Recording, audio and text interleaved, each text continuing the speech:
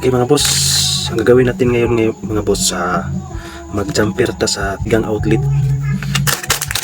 Ito siya mga boss, gang outlet to. Buksan natin mga boss.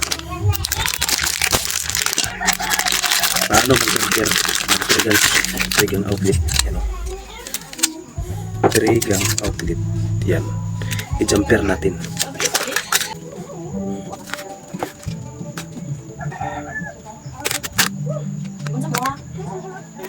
Hindi mga boss, sundan yung mga boss. Yan. Itong itim, i-color coding natin dito sa kabila. Yung puti dito sa kabila. Yan o. Bali, sa isang switch, apat siya na butas. Ayan o, apat na butas sa isang switch. Outlet sa isang outlet. Apat na butas. Ano natin? Jumper natin. Dito no. Itusok natin dito sa isa. Ayan. Tapos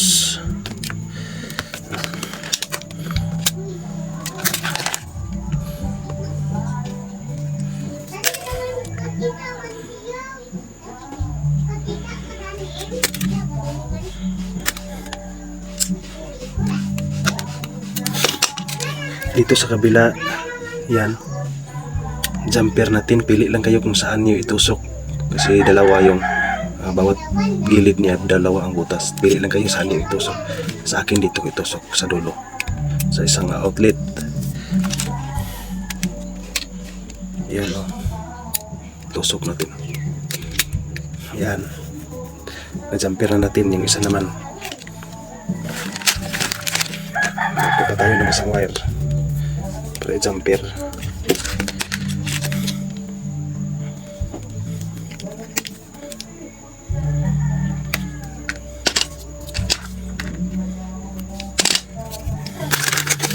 Kasi magtusok din tayo para masuplayan tong isang outlet dito, you know, para masuplayan itong isa. Magtusok tayo dito ng isa. Sa akin dito na ako magtusok sa gitna. Ito gitna, yan o, tusok natin. Dan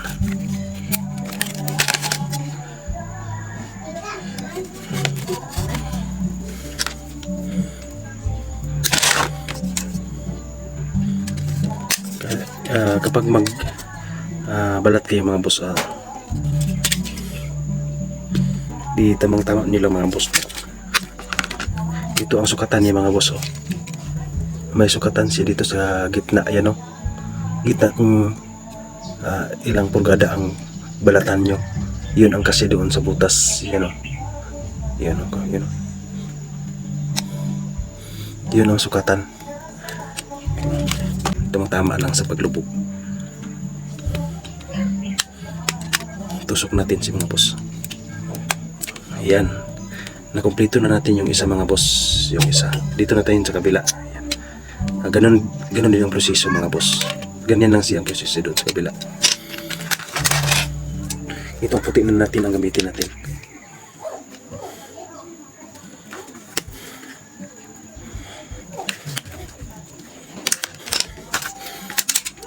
Kasi ito ang palantaraan natin na line 1 at line 2. Yung itim yung line 1, yung puti yung line 2. Yun ang palatandaan natin.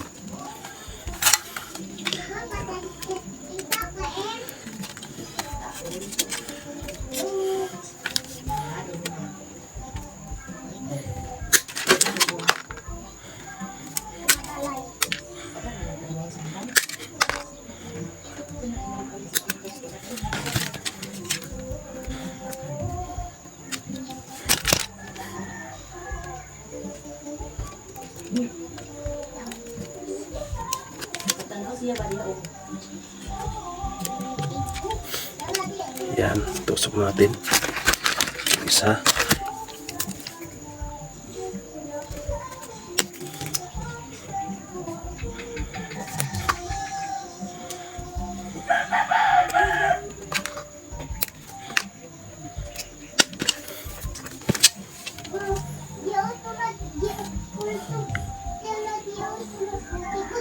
Tusok na natin mga boss. Yan.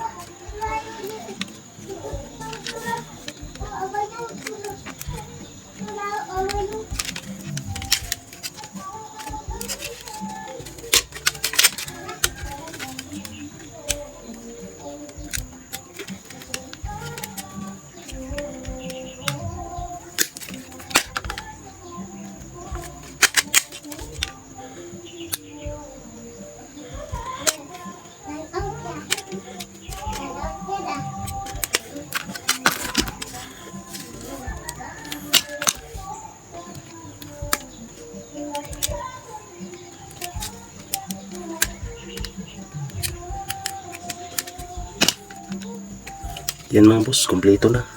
Ganyan lang ang pag-jumper ng trigang outlet. Ito. At tapos sa bakante dito, kahit saan dito sa bakante, may bakante yan, yung bakante kabilaan, dyan ka mag dugtong ng source galing sa 220. Yan mga boss.